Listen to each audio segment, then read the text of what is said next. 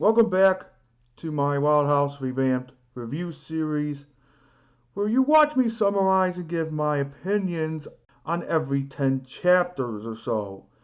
But today, I'm not going to be doing this alone. And my new co-host for this video would be Fodder from Kids Next Door, but unfortunately though, Fodder got so mad at a specific chapter in the Simulator Saga that he burnt a hole in my wall. Now I have to go get people to fix it, and it's really difficult to say. The story is, anyway. So instead, Jojo is going to be taking his place.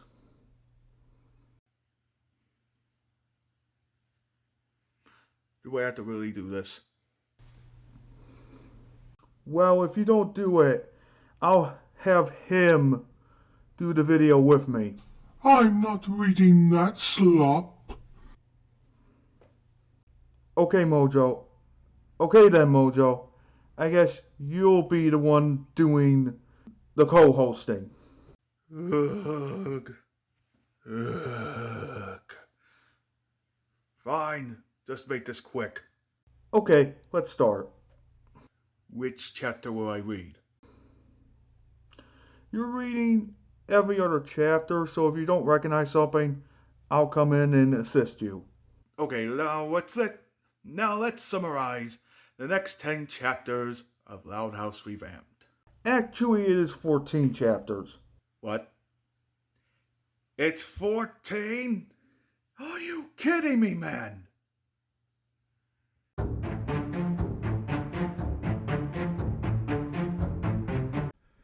Chapter 41 is not part of the Simulator Saga per se, but more of a precursor of what is to come.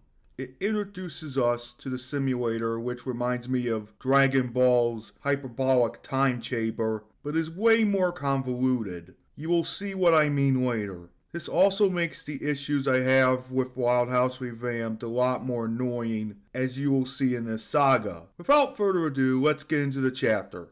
The chapter begins inside a Wild House with J.D. Vareed, their Russian/Indian counterparts, the Casa Grandes, the Senegagos, Woody, almost all of the Loud Kids, and the Teen Titans being gathered by Lisa for a special presentation. Lisa tells them all she has a surprise for them and leads them to a unique room. She reveals it to be a virtual reality simulator room, telling everyone that they can use their powers and abilities in any kind of scenario or setting. JD says that the simulator is cool and guesses that Lisa brought them to test it out. Lisa says that he is right, but only one will be testing it to see if it works. Vareed says, "Awesome," as Lisa asks who wants to try it out. JD asks if Lana can give the simulator a test drive because she got her powers recently and completed her training. When did that happen?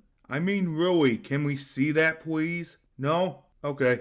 Anyway, all the people there agree, and Luann says that this will be interesting. Eddie tells her that she can do it, and all the others give her supporting sentences. This pushes Luann to accept, with Starfire and Tara saying that the simulator thing is going to be cool. Oh, I bet it is. Lisa says excellent, and tells Luann to stay in the simulator room. She then asks if JD has a scenario in mind. JD says that he does, and the rest of the characters leave the room except Luann to go into the control room. At the control room, JD whispers into Lisa's ear about which scenario and setting she should use for Luann. Lisa tells JD that he made a good choice, and she punches in the settings, activating the room. Once the room has been activated, it is described that Luann is in the final battle scene of the Swamp Princess from 1994. This final battle scene is where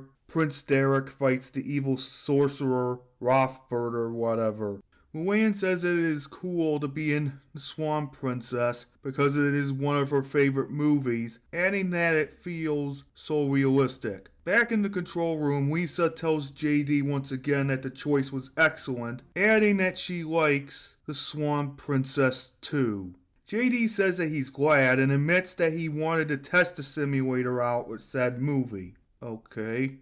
Free and Volcana give their own takes while Cyborg sees that Luan is going to fight in Derek's place. JD says that is exactly what he wanted to do. What? Back in the simulator, Luan sees Prince Derek about to confront Rothbert. Derek begs Rothbert to revive Princess Odette, but Rothbert doesn't budge and pushes him to the ground. Luan comes out to face him, saying, "Your time has come, Rothbert. You will pay for your crimes. Revive Princess Odette." Rothbert, instead of laughing, decides to go along with it because it might be an easy win. He says, "Only if you defeat me." Luan tells him it would be a pleasure. Rothbert then transforms into the great animal, a fusion of a wolf's head, a bat, an eagle, and a lizard. Its features are described to be a wolf's head, a bat's wings, an eagle's talons, a lizard's tail, and blood-red eyes, filled with pure evil. My god, this writing is horrible. It screeched and roared with insane bloodlust. Prince Derek becomes shocked at this, while Luan says, "Let's dance." Hey, where's Miguel O'Hara when you need him? Luan then takes flight with her wings, punching the great animal in the mouth, taking out a tooth. As a result, it flies into the air, resulting in Luan chasing the monster. Luan beats up the great animal with swallows of light that destroys its wings. This makes it crash into a tree, landing with a big thud. Luan lands, and she and Derek, all of a sudden, decide to attack the great animal because why not? Luan fires a beam of red light through its left arm, making the monster jump and slash Luan's face over her right eye. Luan says, "Ow, my face! You are lucky to be alive." At that point, you are lucky. However, her eye isn't cut. Thank God.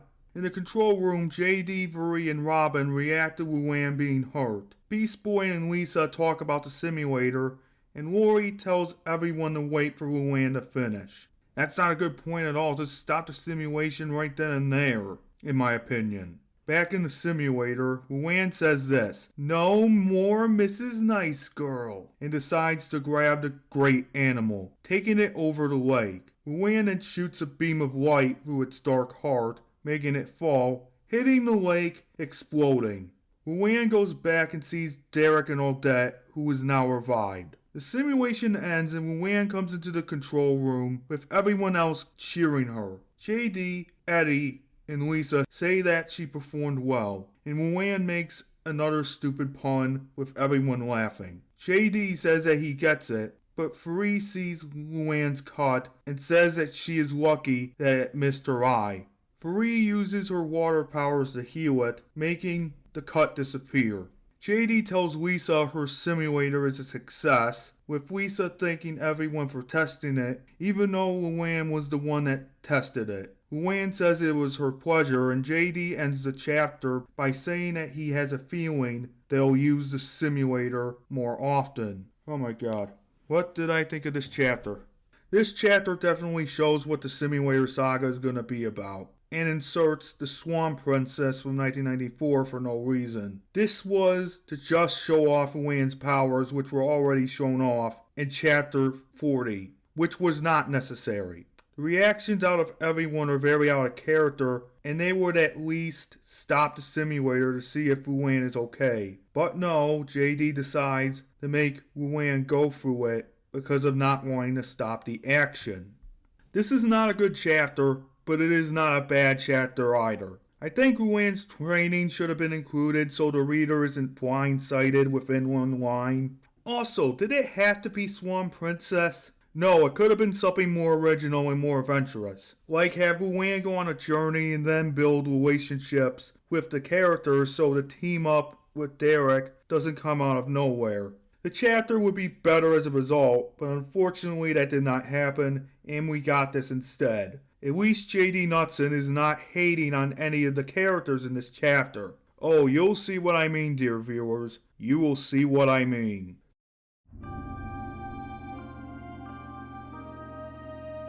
Chapter 42 is the start of the Simulator Saga, and I have to say this chapter is unbelievably long. So to save time, we, or mostly me, will summarize this thing as quickly as possible.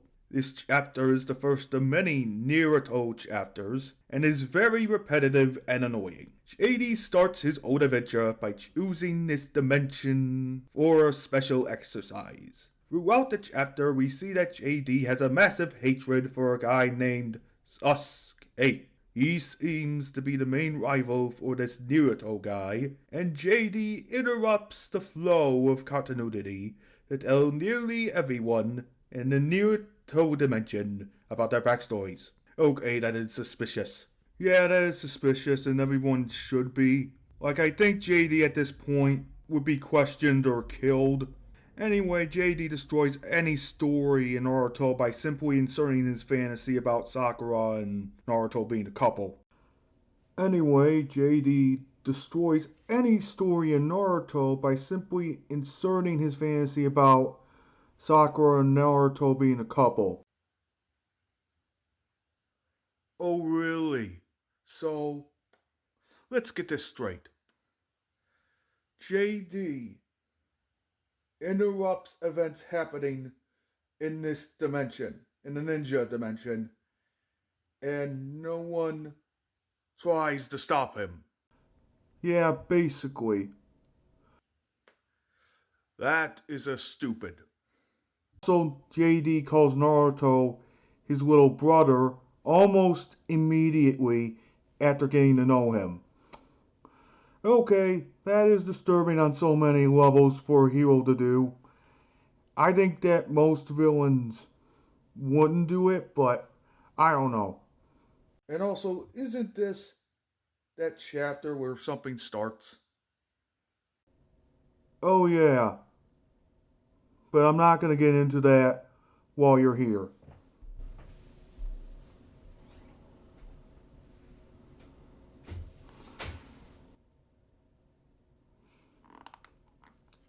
Okay, he's gone.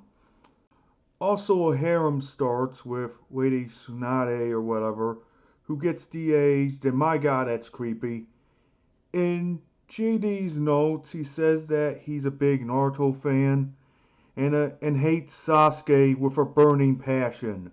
I can really tell by the chapter here. Now, since we summarized this chapter, I personally think it sucks because it ruins continuity for the anime itself, even though I don't like Naruto that much.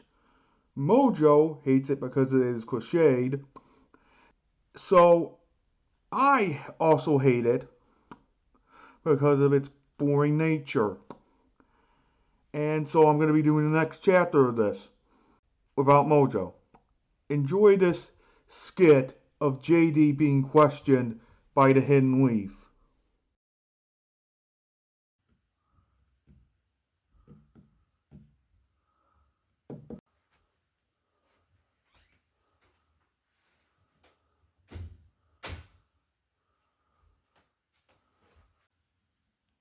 Why are you here, JD? Well, I wanted to warn you guys about the threats of the future and the past and stuff like that. That's nonsense and you know it. My agents told me you call Naruto your little brother. So why? You barely know the guy. Oh, he's like my little brother. Oh, God. Okay. We just had to calm Naruto down because you threatened to kill Sasuke. Like, what the hell, man? Sasuke was a threat that needed to be stopped by yours truly. Who do you work for, JD?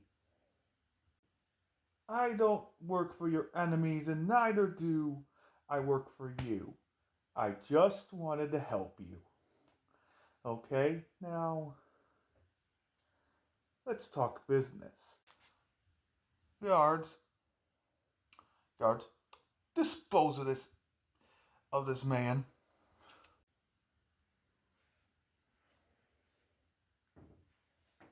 Gods, what a weirdo that guy was.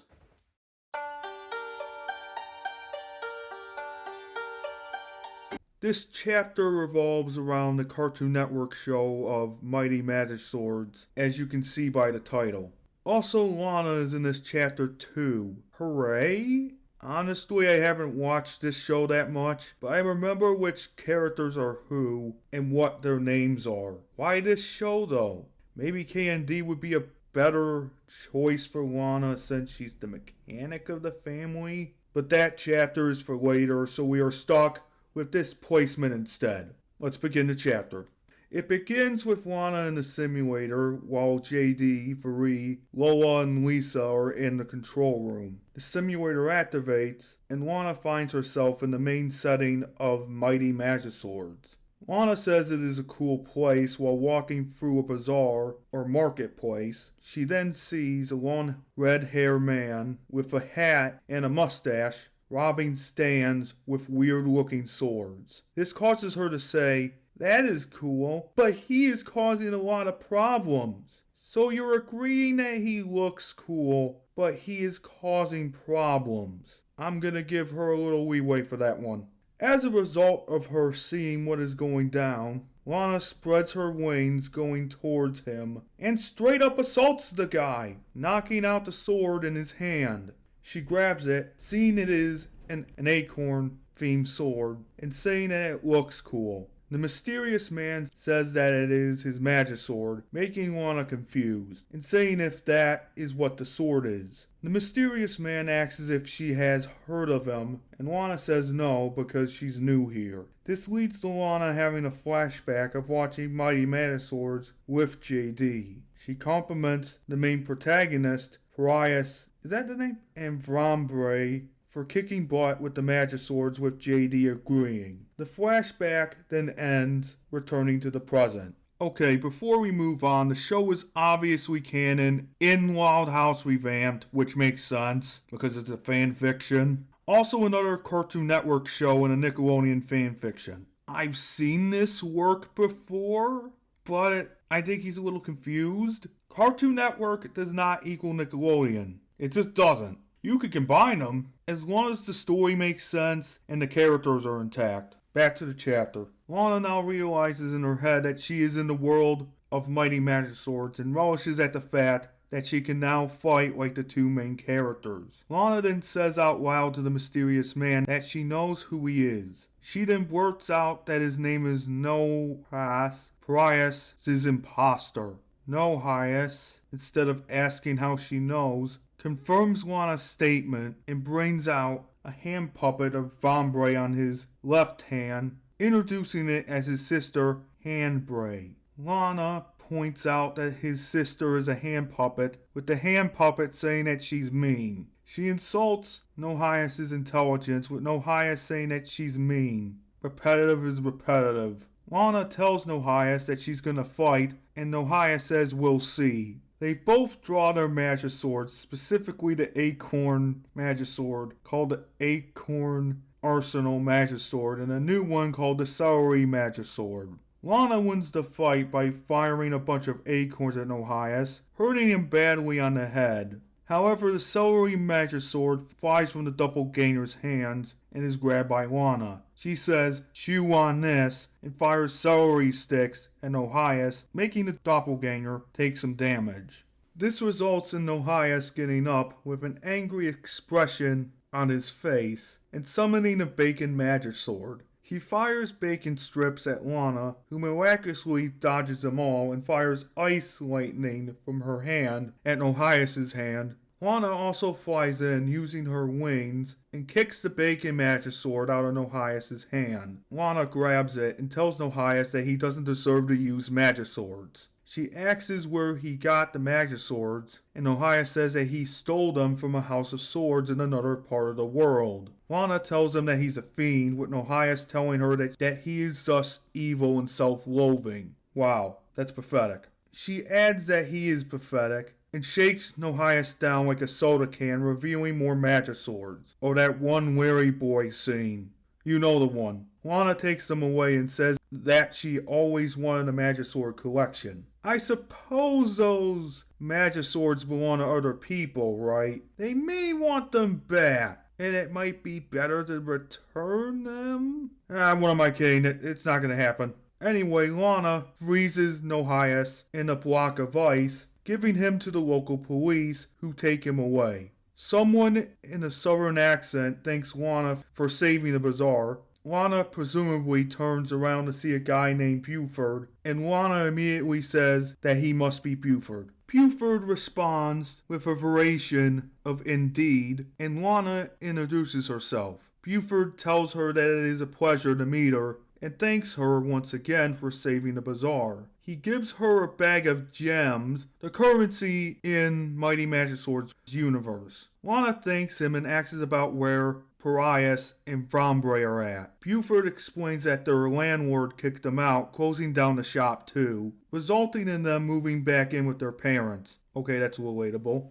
Lana says that she has to do something to help out. Buford tells her that if she can do that, Patrikios and Vombre would be forever grateful. Lana asks where their parents live, and Buford says they own a broccoli farm up there, pointing in the north-northwest direction. She thanks Buford, who says that she's welcome. Lana walks all the way there instead of using her wings to fly because it would be too easy and probably scare the locals. She finds it with a huge garden full of broccoli, saying that it is a lot, adding that she always eats her vegetables. Most kids her age wouldn't do that. I'm sorry. Lana walks up to the front door, knocking on it, and the person that answers it is Patrikios and Vombre's father. She asks if he is their father, and he confirms that he is, after seeing Lana. Lana explains who she is and that she heard what happened with the two main characters from Buford. Their father says it is a pleasure and introduces himself as Norman Warrior. He explains that it has been tough for his children ever since the landlord kicked them out and lets her come inside. Lana then sees Patrikios and Vombre crying on the couch, so instead of leaving, she sits on a chair and decides to talk to them. Lana explains who she is, adding that she heard what happened from Buford. Vombre says that she knows, adding that her and her brother's lives are ruined. I wouldn't say ruined, I would say set back. Lana cheers them up, also talking about how she defeated Narhis and Hambre at the bazaar. Patrikios is shocked at this, and Lana brags about her fight not being bad for a 6-year-old. Wait, what? Not being bad for a 6-year-old? That's impressive for a 6-year-old to do. But still, you shouldn't be fighting at that age. Lana used powers and swords, and honestly, not a good look. Instantly, Vombre feels better because why not, and asks how she did it. Lana explains what she did to Nohias, adding that she took his Magiswords too. She shows the collection to both the main characters, and Vombre asks where Nohias got the Magiswords. Lana explains what Nohias told him, and Patrikios says that is amazing. She also explains that she wanted a Magisword collection, saying that it is awesome.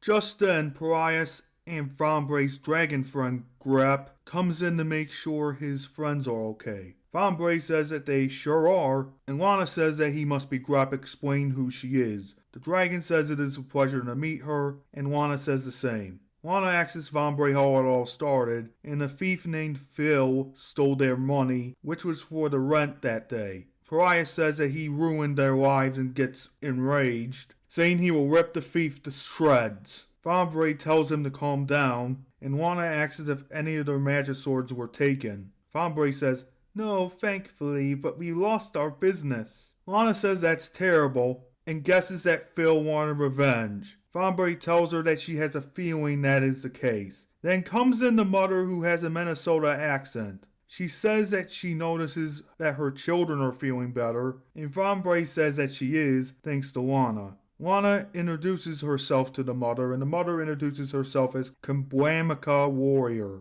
Lana then vows it has become personal, because the main characters in her will find Phil and make her pay. She then adds that they'll need help, and Vombre tells her she sees what is going to happen. So they call their friends on their cell phones and they gather along with the entire population of a kingdom being called in who have weapons and torches. The chapter then explains that this was going to escalate into full-blown conventional war. So Lana starts a war over one measly thief that can easily be overpowered by her and her alone. I understand that she's a child and she doesn't understand what war does, but wasting resources on one guy is not only going to make the citizens look like idiots, it is going to make them look even stupider with the other kingdoms. My god, and it gets worse. Because Lana, the 6-year-old, makes a speech in front of people she doesn't even know. It is basically, "We are going to destroy Phil and any other person that has wronged us. Are you with me?"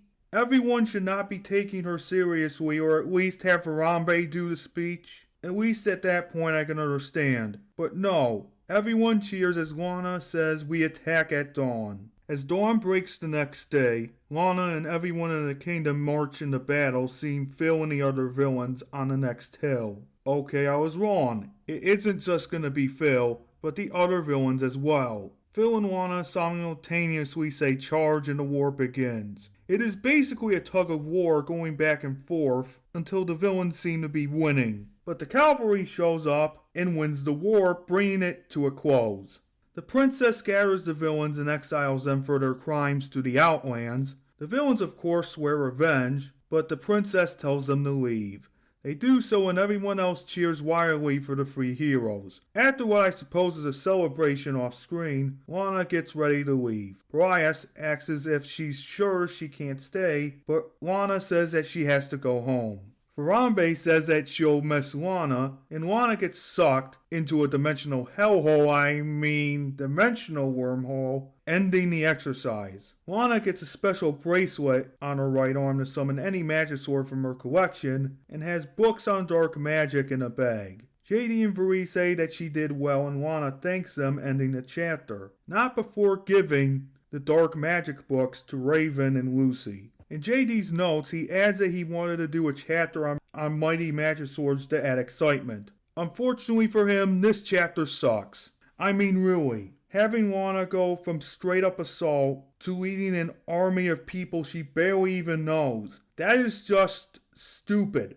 That kingdom is going to be mocked for ages, perhaps even decades, before they gain back their honor. But then again, you have Joan of Arc. So yeah. Also, Lana stole Magiswords that clearly belonged to other people and said, yeah, I'm gonna do that. The main characters from that show shouldn't have been so trusting, but at the same time I don't blame them. They were desperate, very desperate. Hold on folks, the Simulator Saga is going to get even more awful. With the next chapter, which is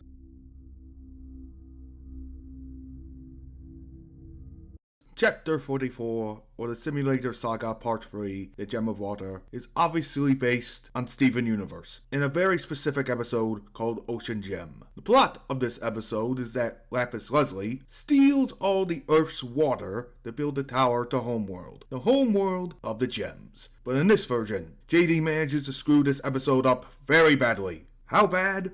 Well, let's take a look into this chapter of deception. This chapter of deception begins with Viri, JD's girlfriend in the simulator. JD, Luna, Jessie, some superheroines, Lacey, Lainey, and Lisa are in the control room of the simulator. The simulator activates and Viri finds herself in Beach City, Steven Universe's main setting. The chapter adds that Steven Universe is her favorite show. Viri then is surprised that she is in the main setting and asks where everyone is. She walks around town to see everyone on the beach, with the ocean clearly gone. This surprises Viri and asks where the ocean went. However, she sees a van driving and a pink lion running alongside each other in the desert. Or the flat ocean bed, really. Viri says that she better go with them. She spreads her wings and flies after them. Viri catches up and realizes that they are the crystal gems, Steven and Connie.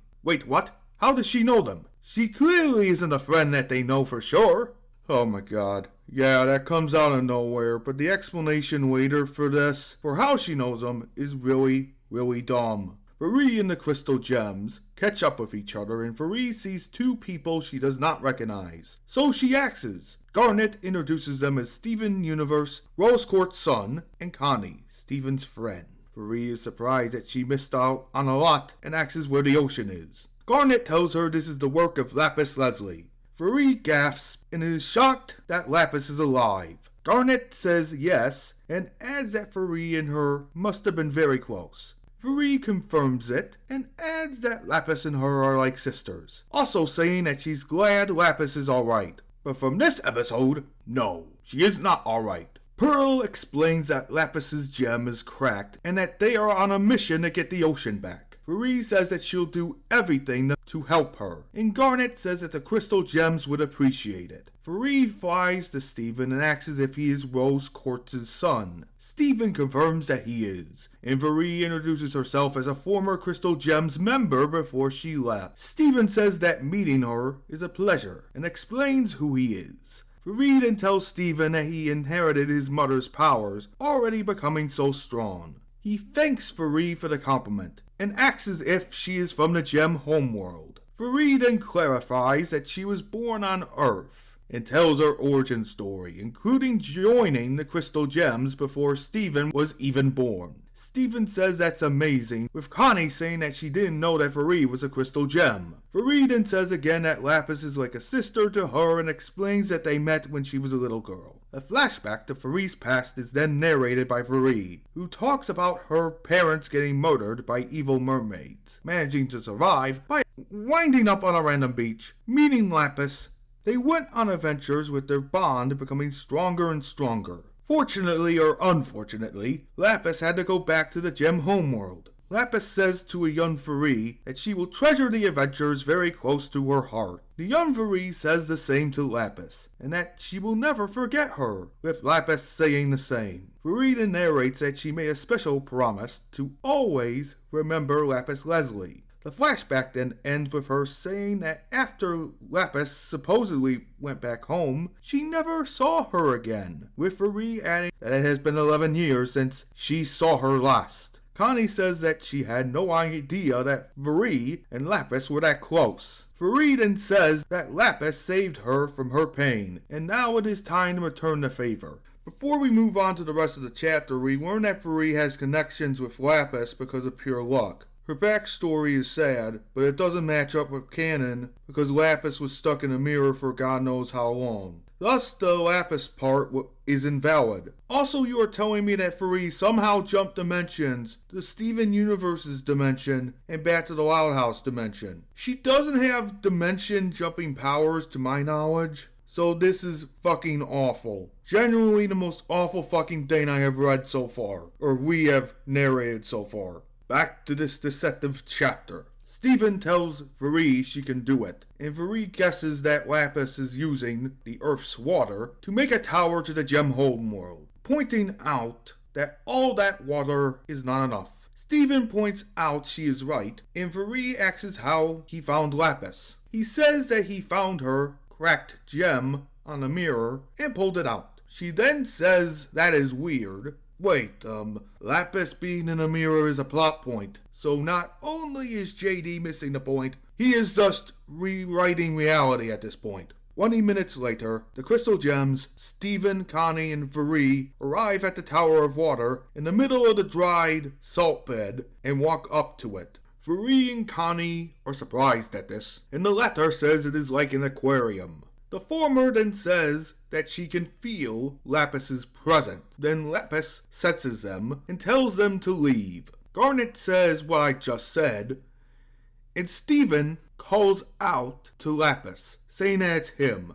Lapis's face then forms from the water tower, telling everyone to go away before she makes them. Steven says that he and Lapis are beach buddies, but Lapis tells them no in Steven's voice, along with saying in her normal voice that he is one of the Crystal Gems. Amethyst and Pearl growl, but Garnet holds them, saying, easy. Varee in her head comes to the obvious conclusion that her cracked gem is warping her mind. Honestly, I or Ward Phantom would have figured that out a lot earlier. Steven asks Lapis what she means, and asks if they are all gems, excluding Connie and Viri. He adds to let him and the crystal gems help. Lapis tells Steven to leave her alone, but he says he is not leaving until the ocean is returned. A water hand grabs Steven as a water version of Steven materializes. Lapis then tells everyone to leave her be, hurling Steven to Garnet. Garnet catches him, as other water versions of the crystal gems are then materialized, beginning the fight. Viri then says she is going to confront Lapis, and Garnet says okay, telling her to be careful. She nods, jumping into the water tower, turning into a mermaid, and swimming upwards. The chapter then describes that she swims upwards for miles and miles until reaching the top and turning back into a human, standing on top of it. Viri sees Lapis Lazuli and calls out her name, causing Lapis to turn around seeing her. Viri then asks Lapis if she remembers her. Lapis asks if she knows Viri, and the letter says that it is Viri, who she met 11 years ago. Lapis gasps, and Lapis says that she can't be Viri because Viri is a little one. Viri tells Lapis that she has grown up since then, holding her close to her heart. She adds on a lesson about true friends protecting each other, treating each other like family even in great times of peril, danger, or sadness. Lapis and Viri both repeat the last part of that. Lapis suddenly remembers Viri, saying that it is her, and then hugs it out. She tells Viri that she thought they would never meet again. Viri tells Lapis that she is glad that she's okay, adding that she is going to help her. Viri then explains to Lapis that her gem is cracked, adding that maybe she can fix it. Lapis asks how, and Viri says she has water powers. Viri uses her water healing powers to restore Lapis's gem, which then glows, restoring her water rings. Lapis thanks Viri, and Viri tells her anytime. The two people hug it out again, and Viri tells her that she doesn't want to be separated again. Viri then offers to let her settle where her friends live. Realistically, Lapis should turn this down because of trust issues and wanting to go back home. But no, she says yes because JD can't handle the word no. You can't handle the word no! Viri tells her to return Earth's oceans first, and she does so by letting the water tower collapse back to the Earth. Viri then asks if they should help their friends, and Lapis says, let's shall. They fly down the stupid water tower, creating a ball of water that encompasses everyone on the dried seabed, getting them out just as the oceans start to fill back up. Back in Beach City, the mayor is failing to re-water the ocean while crying, but the ocean comes back in just as Viri and Lapis place the van and everyone else on land. Viri says that she's glad that the ocean is back, and that the best part is being with her best friend, with Lapis agreeing. A dimensional vortex appears, with Viri and Lapis getting sucked in as they wave back at Steven Universe and his friends, ending the exercise. Viri then reveals everything and more, ending the chapter. In JD's notes, he said that he wanted to do a crossover because he liked the show, and liked only one episode. Okay, my final thoughts on this stupid story, on this stupid chapter rather. This chapter sucked because of the poor writing, and the connection with Viri and Lapis is from out of nowhere. It literally doesn't have that much to do with anything, and is a waste of time. Your final thoughts, Lord Phantom. Oh boy, where do I begin with this chapter? 1. Viri replacing Steven for this situation is really dumb because why not have Steven also up there? He is the one that fed her, so I don't get it when JD only has Viri up there. It doesn't make sense. Lapis has trust issues and would probably trust Steven over Viri. Also, this ruins the original episode in some aspects, including taking away Steven's chance to be the one to heal Lapis. As a result of that, Steven learns absolutely nothing and gets one of his shining moments taken away, ruining the episode overall. Going back to the Loud House dimension with Viri is a horrible idea since she is not from Earth and would prefer to go back home. Overall, this chapter takes a huge dump on Steven Universe and doesn't understand the episode at all. The next chapter though is going to be diving into hell, literally.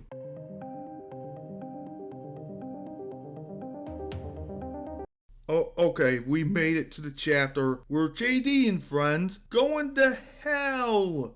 Literal hell. Or at least Dante's Inferno's version of hell, specifically the game version. Don't worry, he ruins it somehow. Since this chapter is like 20 pages long, I'm going to summarize the levels of hell, well, not the levels of hell, they're like the layers of hell, into 9 to 10 paragraphs so it doesn't take for fucking ever. I forgot to mention in the previous chapters that the simulator is more of a dimensional portal machine from Nicktoons Unite than a simulator from Star Trek, because of the vortex/portal thing. It is not a simulator, and going to hell proves this. So let's cautiously begin the chapter. It starts with JD, Lincoln, and Linka being in the simulator for an exercise. JD explains to the viewers, or readers of this fanfic, that Lincoln and Linka have to do a special history report in 2 days, adding that he will help them out. Lincoln then explains that it is about the people in Dante's Inferno, with JD adding that he figured that he could use the simulator to go to hell. You know Lincoln and Linka are in elementary school, right? I would expect maybe middle schoolers or high schoolers to be doing this, not elementary schoolers. Instead, go to the library, it's a lot safer and less traumatizing.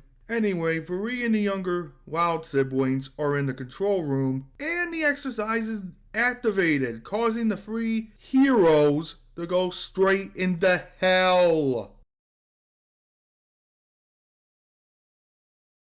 JD, Lincoln, and Linka are walking through a citadel, with Lincoln asking what the place is. JD explains that the place that they're in is called the First Circle of Hell, or Limbo, where people didn't sin or didn't have enough faith. In this citadel, they see a lot of famous people, with Linka asking who they were. JD says they are great rulers or philosophers of the Golden Ages. These include Pontius Pilate and Electra, who don't really deserve to be in Limbo but in the lower circle. The 3 main characters walk down a hall, seeing Saladin, a sultan from the Middle Ages that conquered Jerusalem, which JD explains to Lincoln after he axes. They then arrive to see a huge monster after seeing forsaken souls, who happens to be Cain Minos, a Cretan king from ancient times. He asks why they are down in hell, but JD explains to the king that they're down here for a history report. Cain Minos doesn't tell them to leave, but instead lets them go into deeper circles of hell, adding to be careful. They then proceed to the second circle.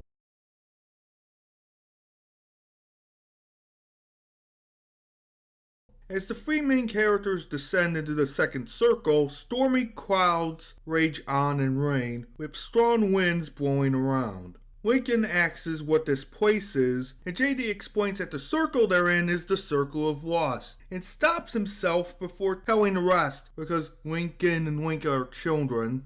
The latter says that she thinks she gets it. Yeah, I think God should have intervened here and kicked them out of hell, even though they're in the simulator, and destroyed the simulator, because this is inappropriate. But no, that would be a good ending to this chapter. They keep going and walk on a tall bridge heading to a tower where they see even more forsaken souls. JD points this out and talks mostly about people who lusted, including Mark Antony, who fell in love with Cleopatra. Then Cleopatra herself appears, talks with Lincoln, JD, and Linka about her history, and laments about being stuck in hell. JD then tells Cleopatra that he wishes that he could bring her back so that her history can be shared. They then go their separate ways, with the 3 main characters proceeding to the next circle.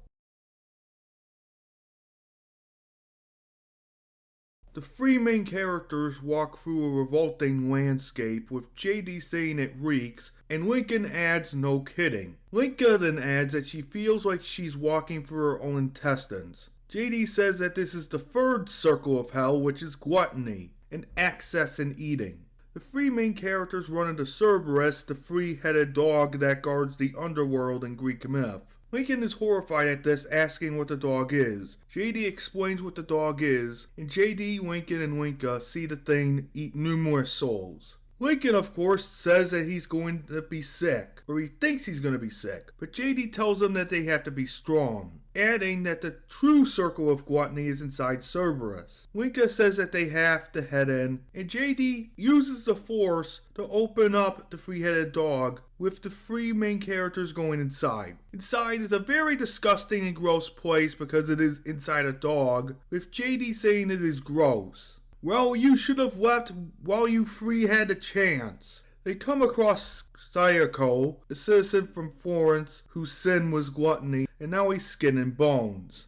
JD says how vile it is and says to let him try something. JD walks up to him and places his hand on Sayako's head, instantly reviving him in his 13th century clothes. He is immediately confused by this and recognizes he could bring people back to life now. This is gonna bite JD in the ass later. You'll know when we get there. Sayako thanks him with a hug and saying that JD gave him a second chance. Even JD doesn't know how or where that power came from. That person was in hell for a reason, you know. The ground shakes as the Forsaken scream, and Lucifer appears as a black shadow figure with blue eyes, pissed off that JD is ruining hell. The devil himself and the three main characters ramp back and forth, with the devil telling him to catch him like the gingerbread man.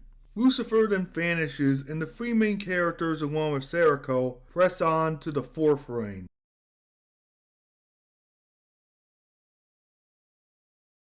JD, Lincoln, Linka, and Sayako land in the factory, with Lincoln saying that there's a lot of gold, and Linka adds no kidding. Sayako says, "What is this place?" "Dude, you should know this. You were taught a lot of biblical stuff back then." JD says that this is the fourth circle of hell, which is greed. These characters see countless souls being tortured and buried in piles of gold. JD talks about greed being the root of all evil, and walks over to a pile of coins, seeing that they are Florence crown coins. JD says that, and adds that they haven't been used in a long time. A hand reaches out for JD, who jumps away. A voice belonging to the hand says, "That's my gold!" JD says that's Gaius Florus, who was the reason for a revolt back in the 1st century. Gaius confirms this, and JD says that people like him make him sick. He proceeds to punch the guy and throws a fireball at him, with Lincoln and Linka saying how evil he is. What a douchebag! JD says that he can't believe people are selfish, with Lincoln saying, "Yeah, look in the mirror, JD, look in the mirror." The four characters then proceed to the 5th circle.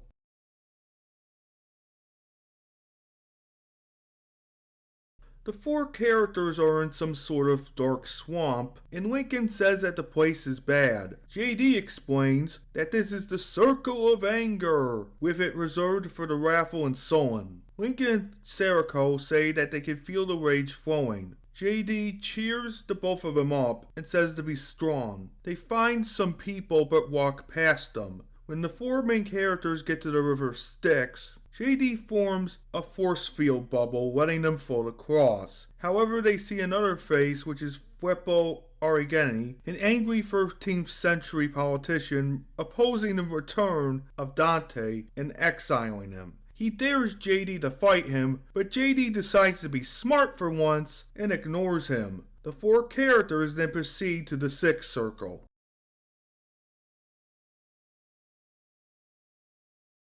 The four characters are walking through the 6th circle of hell, and the chapter describes that they see numerous tombs and countless heretics burning in fire. Lincoln says that the place is hot, with JD agreeing, and adding that these are the tombs of heresy. Sayako says that he's glad he didn't do heresy. JD agrees with this and adds that he would never join an evil cult. Lincoln says me neither. Along the way, they encounter Frederick II and an atheist heretic. Eventually, the four main characters come across Firenna degli Alberti, an Italian aristocrat that was a member of a cult. Well, that was convenient. He tells JD that the fallen can foresee the future, but not the present, and adds that JD's future is filled with death and destruction. That's reasonable. Firenna also says that Lucifer will reign supreme over the world and that JD will join them. JD tells him that he won't count on it, firing a beam of light at Firenna, making him explode. Sayako says that he doesn't like Firenna at all. Just then, the ground shakes violently, with Lincoln asking what's happening. JD explains that it is the harrowing, Jesus' death, that forever shakes that circle, and tells Lincoln and the other two characters to get a move on. JD and the other three do so, going to the next circle.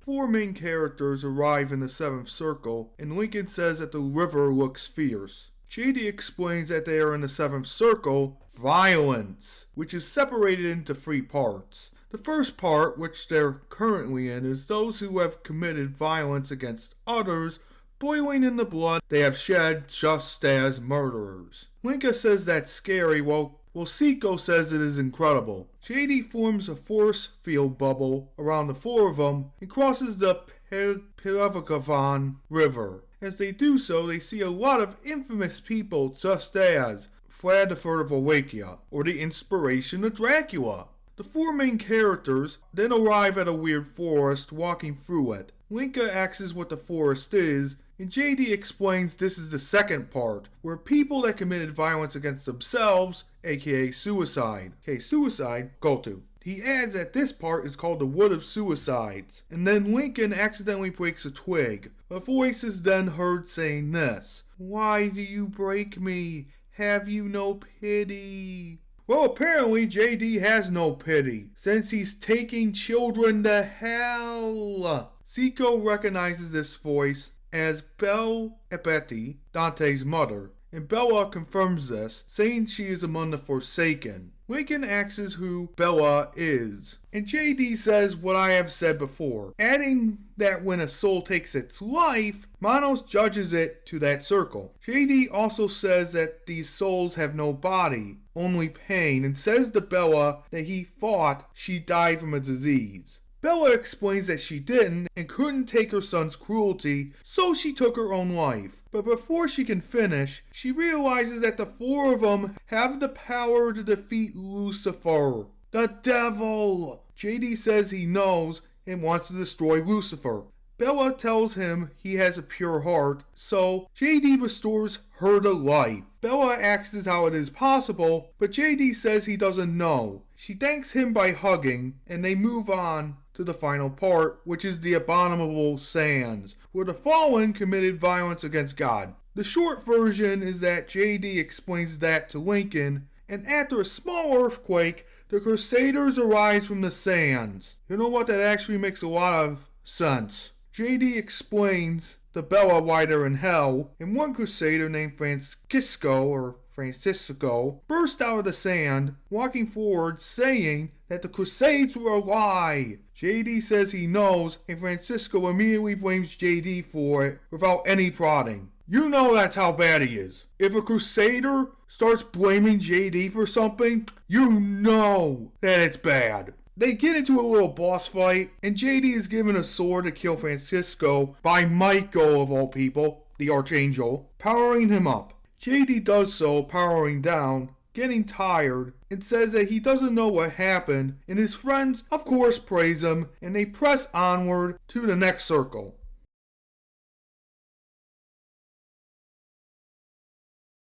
The 5 main characters enter the 8th circle of hell, and Bella asks what the circle is. JD responds that they are in the 8th circle of hell, which is fraud. Lincoln asks what fraud is, and JD says that it means you lie and cheat to get what you want. Lincoln says that the circle looks bad, with JD agreeing. JD tells everyone in the group that the circle has 10 parts, and to stay with him. They walk in each part of the circle, seeing a certain type of fraudster being tortured. For the sake of time, I'm not going to go over each little part. Eventually, the 5 main characters make it out of the circle, proceeding to the final one.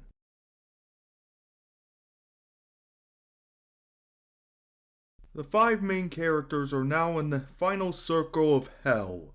Lincoln asks why it is so cold, and JD explains they are in the final circle, treachery, adding that the circle is home to the traitors. He also says that the ice is Lucifer's tears from when he was cast out of heaven, adding that there are 4 parts to the circle. Lincoln says that's scary, with Psycho and Bella reassuring her nothing bad will happen. JD says, let's go! They walk through Cana, which is based on Cain, people who betray their families, Antinora, people who betray their homelands, Batomia, people who betray their guests, and Judica, people who betrayed lords, masters, and benefactors. The 5 characters then arrive at the center pit of the 9th circle, confronting Lucifer himself. The chapter then describes that he looks like a huge monstrosity with 6 bat wings and 3 faces. Sort of like the Tribunal from Marvel, but more demonic. Lucifer welcomes JD to his final resting place, the Circle of Traitors. JD says he'll see about that and unsheathes his new weapon, the sword from earlier. He flies up to Lucifer and slices him in half. Lucifer tells JD what the hell he has done to him, but just as the 5 characters think JD has won, a growth on Lucifer appears, cracking open, revealing his true form. A more stereotypical form of the devil himself, specifically pointing out that he is tremendously endowed. Why did you write that? Why did you keep it in there? Was that really necessary? No, it wasn't, buddy. JD then says this. So this is your true form. Dude, of course it is. Lucifer confirms just what I said and says to JD that he's impressed, adding that many of his minions failed him, telling JD he is the very best of his minions. JD tells Lucifer he doesn't serve him, but Lucifer tells him that he freed him from eternal torment. JD then says this was supposed to be research for a school report, but Lucifer reveals that he just lured JD and his friends down there to free him. No, if Lucifer was smart, JD would have been dead after the 2nd circle. JD says that is impressive, but swears to destroy Lucifer for the pain he has caused. Technically he's right. Lucifer obviously laughs at this and tells him that he's arrogant. JD and Lucifer fight some more until Lucifer sees the sword and says it is Michael's sword, with JD saying it makes sense. Then JD overflows with power, destroying Lucifer for good. The 4 other characters cheer and JD powers down, saying let's go home. A vortex appears, sucking the 5 of them in, ending the exercise. 2 days later, Lincoln and Linka are sent to the psych ward upon the teachers reading the report. No, I'm just kidding, that would require good writing. But instead they get an A+ on the report, with JD being proud of them. The chapter ends with Seiko and Bella now living in the mansion. In JD's notes, he states that he loved the game, but was personally scared by it until he kept moving forward. Also, he didn't want to put swear words in the kid's story. Yeah, right, this isn't even suitable for kids at this point.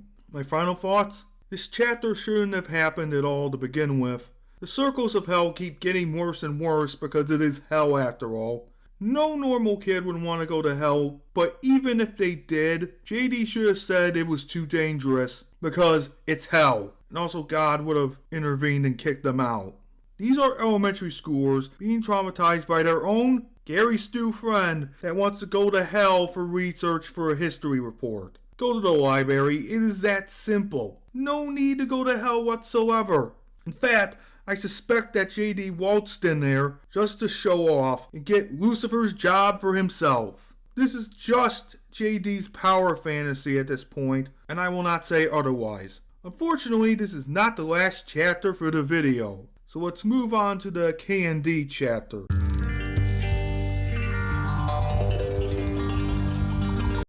This chapter, it's close to home for me, because I was there for a villain conference. And well, it didn't end too well. The kids next door were just following me around for no reason, until I discovered they thought I was someone else. Who do they think you were? They thought I was the Torinator in a new costume and a new accent. Until the actual Torinator showed up. Yes, he is just as embarrassing as you think he is. Anyway, the main point is that the villain conference turned into a literal battle for my life. I swear those kids next door are just as bad of a nuisance as the Powerpuffs, if not more. I left shortly afterwards, and I still go to villain conferences. I am just cautious, you know. Let us hope this chapter is not as bad as the other ones. So let's get this over with. This chapter begins with Lola, the princess sibling, entering the simulator for an exercise, with JD, Varee, Starfire, Lana and Lisa in the control room. As the simulator activates, she finds herself in the world of Kids Next Door. What? But why? I would expect her twin sister or something, and that would make more sense. Lola is surprised that she is in a setting of Kids Next Door, and adds that she has no idea about the treehouses. However, a figure flies by, being a principal-themed character. He says, "Errant Teacher, Organization of Eradicating Youngsters, attack!" Wait a minute, don't the K&D villains not want to do that, and instead enslave them? Yes, they mostly do, and it was pretty obvious at the villain conference. Anyway, back to this chapter of suckage. This causes Lola to spread her wings made of fire and to fly after him. She then immediately throws a ball of fire at the principal, themed guy, incinerating him instantly. Lola then says she will now help out by flying into the treehouse and seeing 5 kids fight adult villains. Are we sure that she's a hero at this point? She seems more like a villain. Oh, don't even get me started on that. Let's not make this longer than it is. Lola in number 4, the blonde kid, beat up Mad Dad, an abusive father archetype. Number 4 hits him with the weapon thing, and Lola burns him with a fireball. Number 4 says hey, thanks, with Lola saying that he's welcome. Lola beats more adult villains, and then after that, Sector V presumably cheers. Number 1 thanks Lola, and that they owe her one. Would the K&D be suspicious at this point? Yes, and they would ask her so many questions. What happened to the Mad Dad? I presume he got burned very badly or he's dead. Most likely he's being transported to the hospital right now as we speak. Anyway, no more interruptions unless something really stupid comes up. Lola says it is no problem and introduces herself. Sector V introduces themselves, and then number 1 asks about Lola's fire powers. Lola explains, and number 3 says that's cool. Lola says that the powers are cool, and that her favorite color is pink, but she decided on fire clothes. Number 2 asks about Lola's age, and Lola says she's 6. He tells her that she kicked butt, and makes a stupid joke about it. Lola laughs, telling number 2 he's funny. Number 2 thanks her, and says that he has a lot of good jokes. Lola talks about her sister being the jokester of the family, adding that she would love his jokes. Number 2 says that he is sure she would. Lola asks about what the kids next door do, and number 1 says that they fight against adult tyranny. The adults supposedly want to destroy kids everywhere, with Lola saying that would be the extinction of humanity as we know it. Number 1 says that's right, and that without kids, humanity has no future.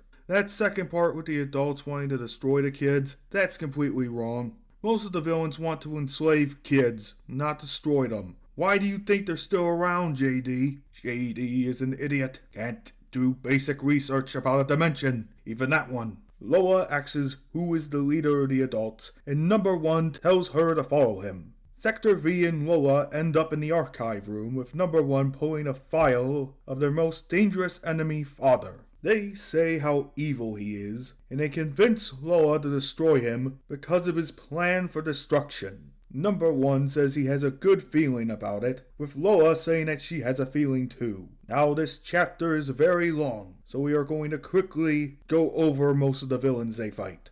Grandma Stuff'em firstly appears in the rec room as Sector V and Lola walk back in. Grandma Stuff'em does her usual spiel, and Lola asks number 1 who she is. Number 1 explains, and after that, Lola fries Grandma Stuff'em's food with her fire. She then eats it, giving Stuff'em a compliment, and punches her all the way back to the delightful children's mansion. Sector V cheers for Lola after doing absolutely nothing. Number 5 gives her a compliment, and Lola sees the mansion, asking about who lives there. Sector V explains who does, and who they are. Number 1 also explains the delightful children's backstory of being the missing Sector Z, which I don't think is true personally. Lord Phantom thinks so though. Lola says that the former operatives are traitors, but if they were operatives, they were most likely brainwashed. Anyway, Lola fights the Toiletinator and the Common Cold, defeating them. Then the creepy, delightful children break into the treehouse with a drill machine, while Lola and Sector V are celebrating and mock the kids next door by calling them another name.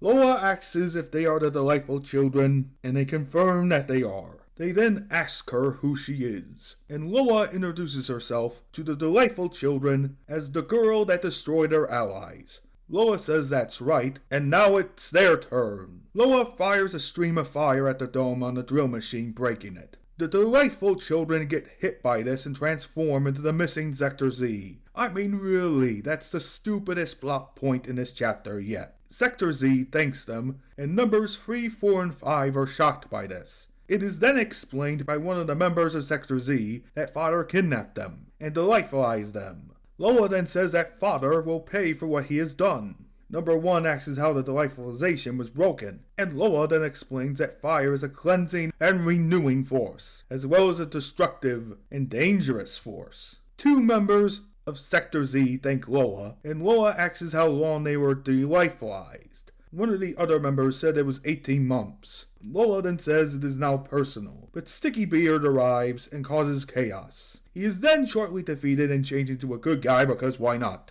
Oh, you gotta be kidding me. Loa then goes on to defeat Robin Food at an elementary school, then runs into Count Speculot back at the treehouse via a swirl of darkness.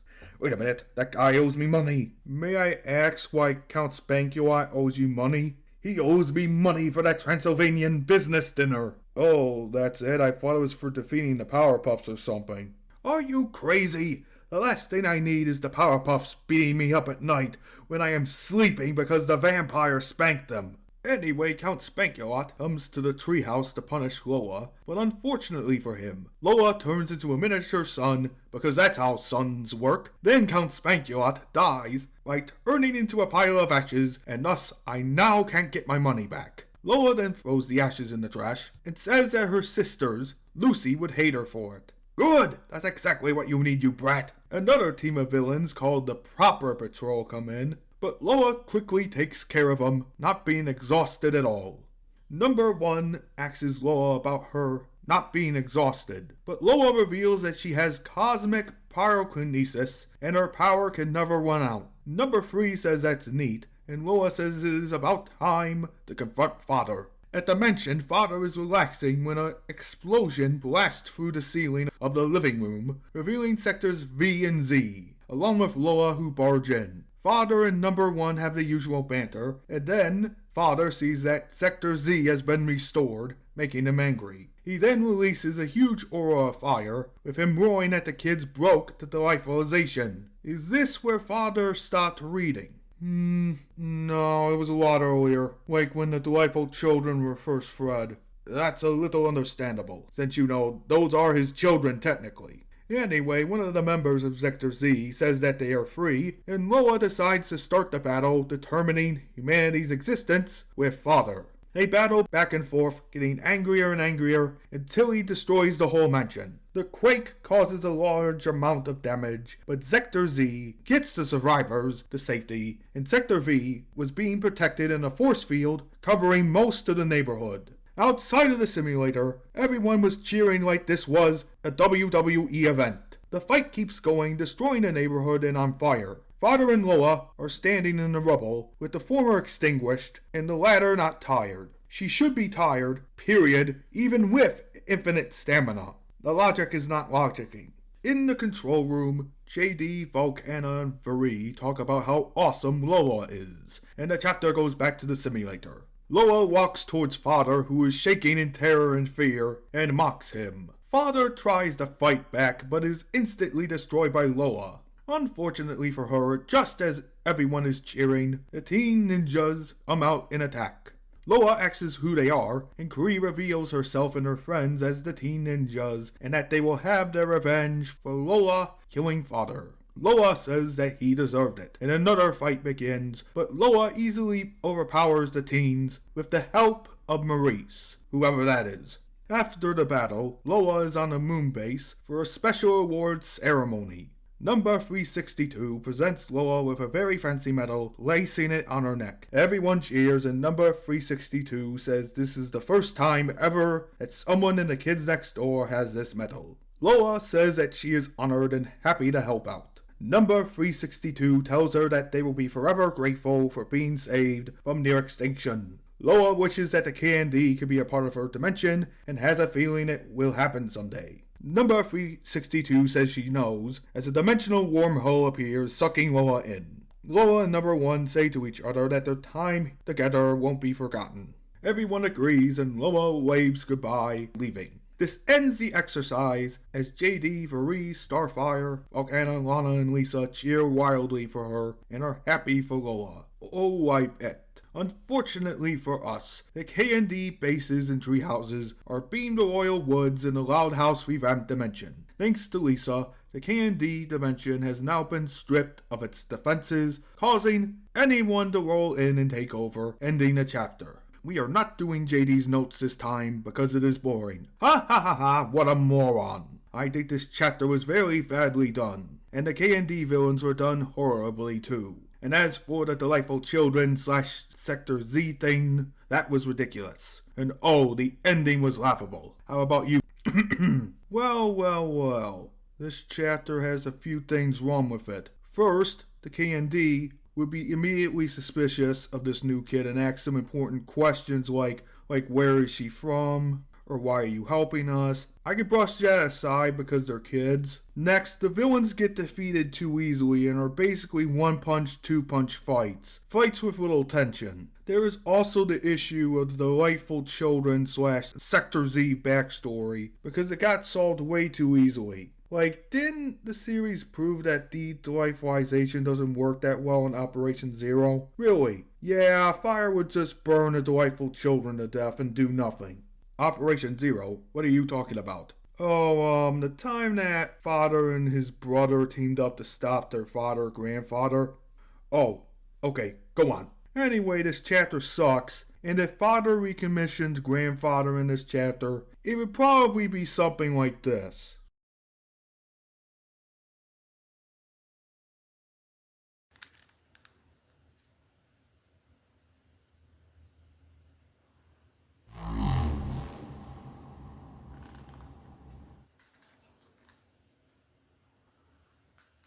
Hello, father.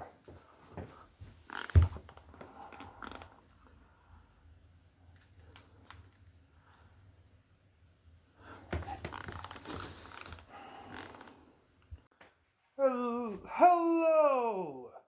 Hello, Benedict. It's been a while. Now, Scram, I need to get my forces ready. I need you, Dad.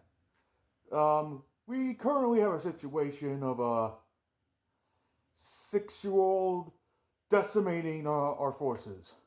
What should we do? What do you mean it's that bad? Dad, it is that bad. Look, just look. Outside, you'll see what I'm saying. I'll just look out here and...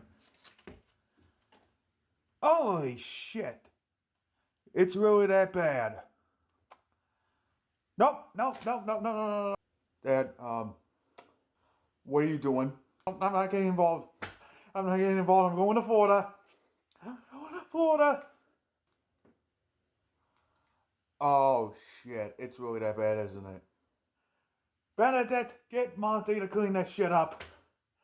I'm not cleaning this up. I'm out of here. See ya. I'll get Monty. Enjoy your vacation in Florida. Even though Florida is not really that good that time of year.